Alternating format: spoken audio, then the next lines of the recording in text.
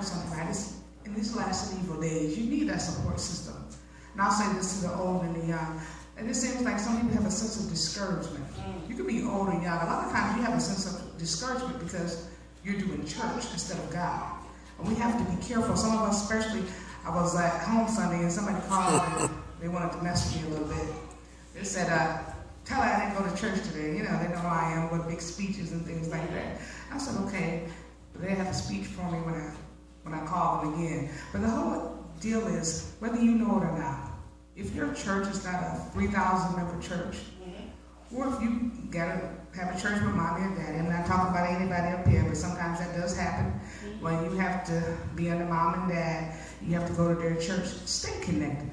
Don't sit at home with covers over your head, because believe it or not, you open the door for certain things to come up.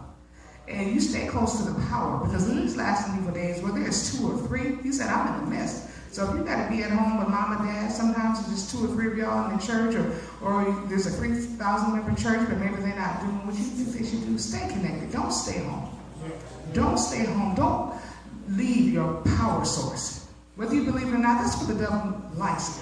I remember someone told me one time they was living by themselves and someone passed away in their family, and they were staying home and the enemy just started messing with their mind. And they said, you know what? I got to get up out of this house, get around other people. So they moved out to somewhere else where people were, so that they can have that support system. Now, if a sinner knows that, we have to know that. And whether you know it or not, we could get bored with a church business, but you shouldn't get bored with God business. And that's the thing. Sometimes we've been doing church business. I've been working in church since I was 19 years old. And I know what it is to do church work and to really do God's work. And you never get tired of doing God's work, but you can get burnt out doing church work. How many of you know that? Some of us have been around for a while. So sometimes we have to check our motives. Why are we doing what we're doing? Did God tell us to do it? Or are we doing it because someone told us to do it? So I would say stay connected.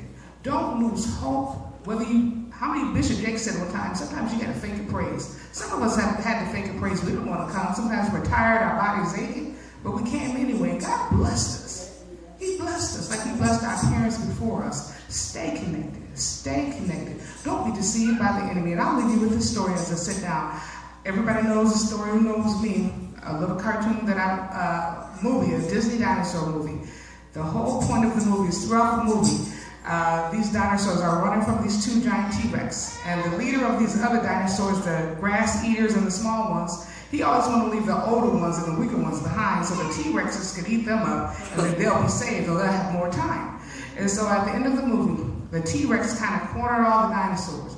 And so the leaders of the grass eaters are like, let's go, let's climb over these rocks. They'll get those other ones before they get us. And the young grass eater says, no, don't leave. He said, what you don't know, if you leave, they'll pick us off one at a time.